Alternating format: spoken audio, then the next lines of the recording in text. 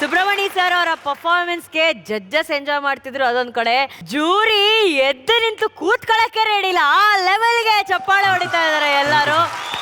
ಆದ್ರೆ ಸರ್ ನಿಮ್ಗೆ ಈ ಹಾಡುಗಳನ್ನ ಹಾಡೋದಕ್ಕೆಲ್ಲ ಹೆಣ್ಮಕ್ಳೇ ಇನ್ಸ್ಪಿರೇಷನ್ ಅನ್ಸುತ್ತೆ ಅಲ್ಲ ಸರ್?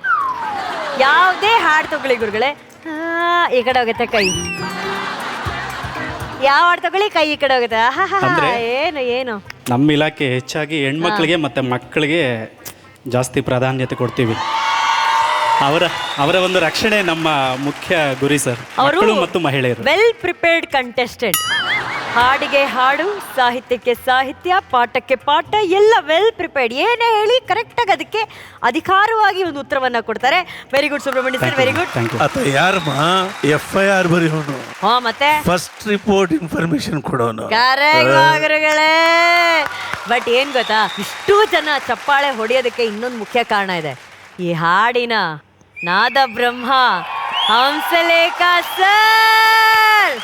ಅರೆ ಮತ್ತೆ ಅದನ್ನ ಮಹಾಗುರುಗಳ ಹಾಡನ್ನ ಸೃಷ್ಟಿ ಮಾಡಿದ್ರೆ ಅದನ್ನ ಅಷ್ಟೇ ಚೆನ್ನಾಗಿ ದೃಶ್ಯ ರೂಪದಲ್ಲಿ ತರುವಂತ ನಮ್ಮ ಕ್ರೇಜಿ ಸ್ಟಾರ್ ರವಿಚಂದ್ರನ್ ಸರ್, ದೃಶ್ಯ ಬ್ರಹ್ಮ. ಲವ್ಲಿ. ನೀವು ರುಕ್ಕಮ್ಮನ ಬಗ್ಗೆ ಹಾಡು ಹಾಡಿದ್ರಿ. ಈ ಹಾಡನ್ನ VP ಸರ್ ಎಷ್ಟು ಎಂಜಾಯ್ ಮಾಡಿದ್ರ ಅನ್ನೋದು ಕೇಳೋಣ.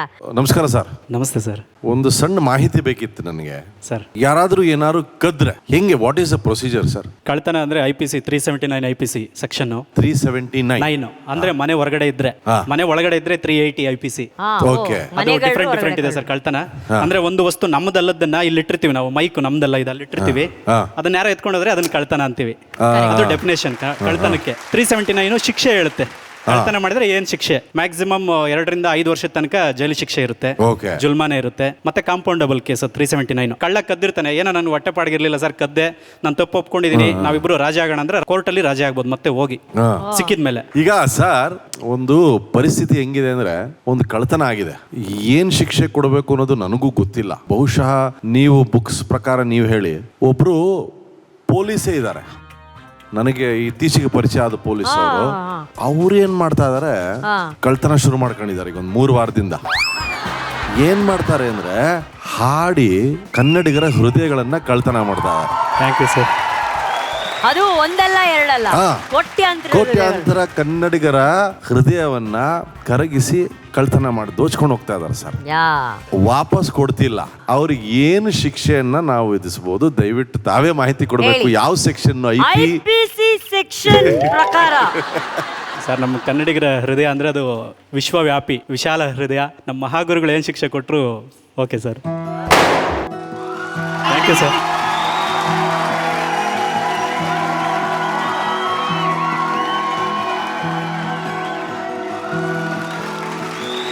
ಇದು ಒಂದು ಹೊಸ ಶಿಕ್ಷೆ ಕಂಡಿಡ್ತೀವಿ ಸರ್. ಈ ಸಾರೆಗಾಮಪ ಅನ್ನೋ ಅರಮನೆಯಲ್ಲಿ ಅವ್ರನ್ನ ಕೂಡಾಕಿ ಬಂಗಾರದ ಮಳೆಯನ್ನು ಸುರಿಸ್ತೀವಿ ಸರ್. ಹಾಡಿನ ಮೂಲಕ ಹೃದಯವನ್ನ ಕದ್ರೆ ಬಂಗಾರದ ಸುರಿಮಳೆ ಸರ್.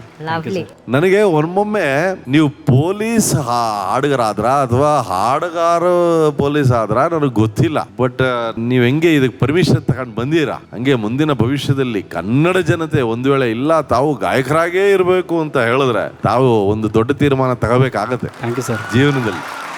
ಈ ರೀತಿ ನೀವು ಹಾಡ್ತಾ ಇದ್ರೆ ನಾವು ಕಂಪ್ಲೇಂಟ್ ಹಾಕಿ, ಅರ್ಜಿ ಹಾಕಿ ನಿಮ್ಮನ್ನ ಫುಲ್ ಟೈಮ್ ಮ್ಯೂಸಿಷಿಯನ್ ಮಾಡ್ಬಿಡ್ತೀವಿ ಸ್ವಾಮಿ. ನೀವು ತೀರ್ಮಾನ ಮಾಡಿ ಏನ್ ಮಾಡ್ತೀರಾ ಜೀವನದಲ್ಲಿ. ಬಟ್ ಅದೆಲ್ಲ ಒಂದ್ ಕಡೆ ಆದ್ರೆ, ಇನ್ನೊಂದ್ ಕಡೆ ಅದ್ಭುತವಾದಂತಹ ಗಾಯನ. Thank you sir. ನಿಮಗೆ ಹಾಡಿನ ಮೇಲಿರುವಂತಹ ಪ್ರೀತಿ ಹೊರಗೆ ಬರುತ್ತೆ. ಧನ್ಯವಾದಗಳು ಸರ್. Thank you. Thank you sir. ಈ ಪರಪ್ಪನ ಅಗ್ರಹಾರ ಅಂತೆಲ್ಲ ಬರುತ್ತಲ್ಲ, ನಾನು ಅದೇ ಅನ್ಕೊಳ್ತಾ ಇದ್ದೆ, ಇದು ಹಂಸ ಅಗ್ರಹಾರ. ಇದು ಒಂದು ರೀತಿಯಾದ ಶೇಪಿಂಗ್. ರಾ ಆಗಿ ಈಚೆ ಬರ್ತಾರೆ, ಸಾ ಆಗಿ ಆಚೆ ಹೋಗ್ತಾರೆ ಅಂದ್ರೆ ಮುಚ್ಚು. Very good, very good. So ನನಗನ್ಸ್ತು ನೀವೆಷ್ಟು ಚೆನ್ನಾಗಿ ಹಾಡಿದ್ರಿ ಅಂದರೆ ನೀವು ಹಾಡಲೇ ಇಲ್ಲ ಅಂತ.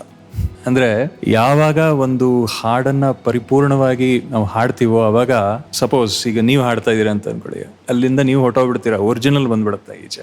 ಸೊ ಒರಿಜಿನಲಲ್ಲಿ ಏನಿತ್ತು ಅಂತ ಇದ್ರೆ, ಒಂದು ಮಹಾನ್ ಗಾಯಕರು ಹಾಡಿದ್ದಂಥದ್ದು, ಆ್ಯಂಡ್ ಅದರ ಹಿಂದೆ ಈ ಮಹಾನ್ ಮಹಾನ್ ಮಹಾನ್ ಸಂಯೋಜಕರ energy.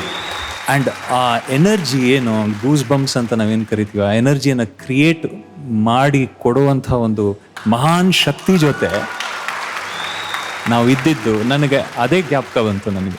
So I think blind audition ಟೈಮಲ್ಲಿ ನಾನು ಸ್ವಲ್ಪ ಒಂಚೂರು ಹೆಸಿಟೇಟ್ ಮಾಡ್ತಾ ಇದ್ದೆ.